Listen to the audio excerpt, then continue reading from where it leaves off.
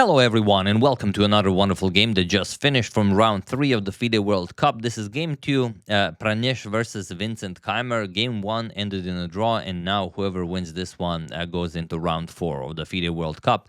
Or it's a draw and then we go into tie breaks. It's a pretty wild game, not what you'd expect. Vincent being the higher rated player, you'd think, okay, let's not do anything crazy. Let's just make a nice calm draw, and then we go into tie breaks. Obviously, the stronger player should be stronger in tie breaks as well, most of the time. But you've seen from other mashups that it doesn't matter if you're 26-50, 27-27-50.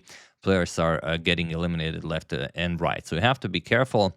A lot of players already eliminated as well in round 3. We're going to cover all of the results and we're going to cover those of the nicest games and discuss everything all in due time. It's not easy to choose games, so many of them finishing up at the same time. Vincent being world number 4, world number 5. I thought you guys would enjoy a nice Vincent game.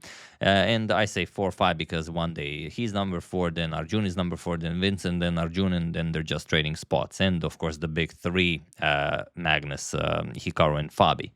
But okay, Pranesh with white opens with pawn to e4. And I said I will announce the November Lotus Arena in this video, so I'm officially announcing it. First link in the description below, register for the tournament and, well, join us. It's going to be on Monday, 6:30 Central European Time, and, you can crush everyone, get your game featured, win some nice prizes. It's going to be pretty awesome, and you're going to be able to talk to the founders of Lotus Chess, Rafael and Maxime. Also, I will be there, so as usual, it's going to be a lot of fun. Do join, first link in the description below. Now, e4, Vincent goes for pawn to e5. We have knight f3, knight to c6, and bishop to b5. Pranesh goes for the Ruy Lopez. We have knight f6. Vincent goes for the Berlin defense. d3, we have bishop to c5, and the bishop captures on c6. D captures knight b to d2, and knight to d7. Again, many moves are possible here. This is the line Vincent chooses, knight to c4. And now f6 is the most played move. I think Vincent wanted to mix it up. He played queen to e7, and there are a couple of games like castles is a non-move, queen to e2 is a non-move, but we have pawn to c3, and it is now as of move 8 that we have a completely new game. So it's not easy to say who surprised who, as Pranesh still has an hour and 30 on the clock. Okay, we have pawn to a5 by Vincent. Played fairly quickly. A strong player like Vincent understands the importance of preventing pawn to b4 from white. We have castles, and rook to e1.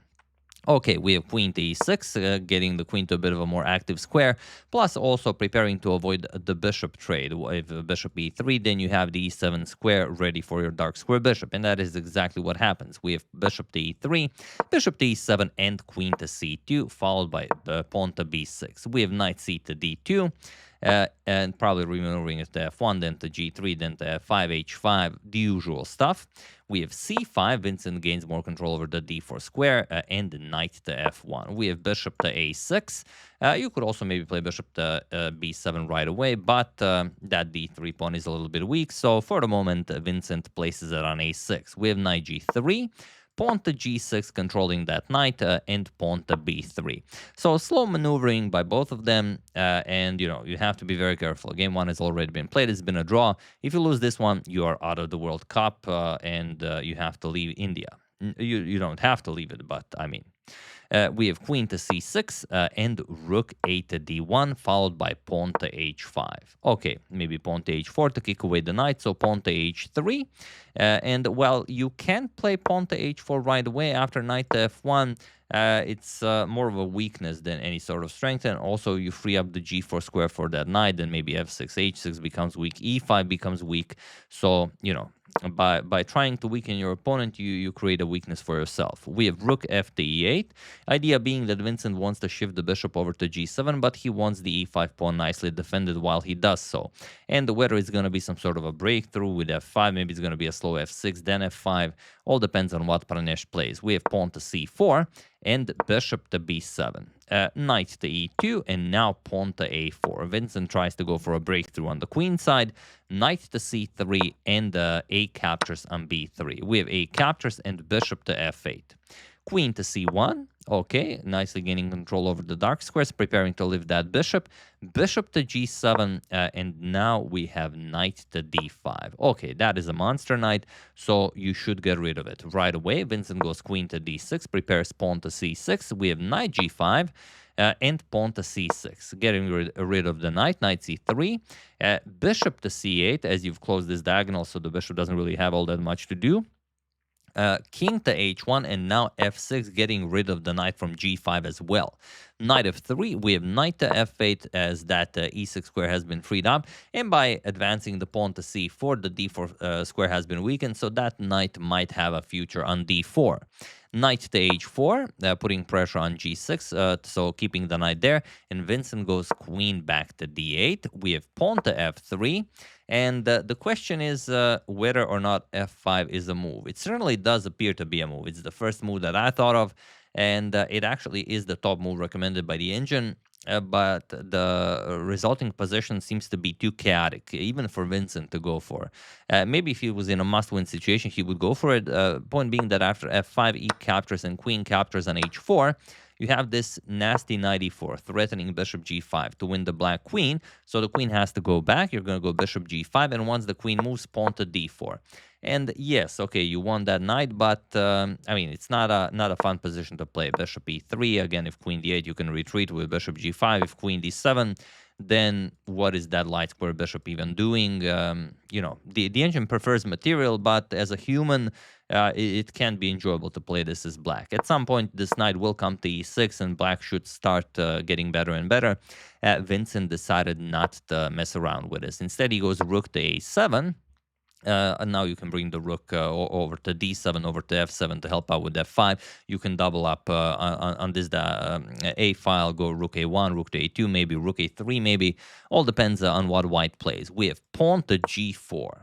And this is saying, okay, I'm down to 15 minutes on the clock, and you know, this is as good a chance as any to take down Vincent Keymer. H captures, we have H captures, and now Vincent goes king to f7. Says the king will be safe here. I'm also adding support to these pawns, and I might move the knight, might put the rook on h8, might put more stuff on the h file. We'll see what happens. And knight to f5 might actually be a pretty decent attempt here. Hard to even say, do you capture with the bishop or with the pawn, because this is maybe now not the most safe place for that black king. But okay, rook to e2 first, and now knight to e6 by Vincent. We have rook to h2 and the rook to h8. So it was a priority to get that rook over to h2 to counter Vincent's rook on the h file. Queen to b2, and now comes knight to d4. Also, bishop to h6 seems like a great move, and the engine even says yes, that's the winning plan.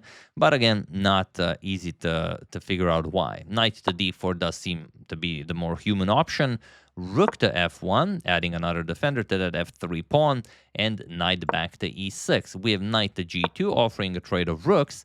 Rook captures, king captures, and queen to h8 with check. We have king to g1 and knight to d4. We have knight to e2, offering a trade of knights. And here, Vincent goes bishop to e6. Again, the engine sort of says queen h3, best possible move. You go after the f3 pawn. But after the knights get traded off, captures, it's hard to realize why this would be so bad. A similar thing happened in the game, and they do show us bishop to e6 was played, and now knight to c3. King to f2, running away with the king was the only option that Pranesh had left, and now Vincent goes for queen to h3, getting into a sort of a similar line. And okay, move 40 has been reached, additional time has been granted. Bishop captures on d4 as f3 is hanging, and that is just a monster knight. You cannot allow it to remain there.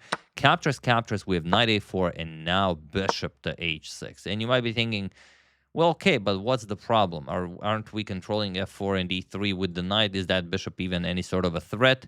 Well, you'd be surprised. Look at this. King f2, we have queen to h2, and now king to e1. Seems Pranesh is out of danger. The king is safe, but now Vincent plays bishop to f8, preparing to go bishop to b4 check. Knight captures on b6. Looks like silly capture in a crazy position, but it is the top move recommended by the engine. And while you can go bishop to b4 check, it's a very nice move. The position is so good for Vincent that any move is winning here. Even bishop captures on g4 and just wins the game. Vincent went for queen to g3 check, also winning, but he has something very special in mind.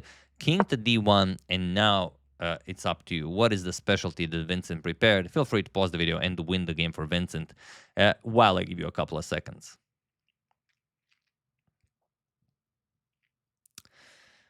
I was tricking you. Congratulations if you found any move, because any move is winning in this position.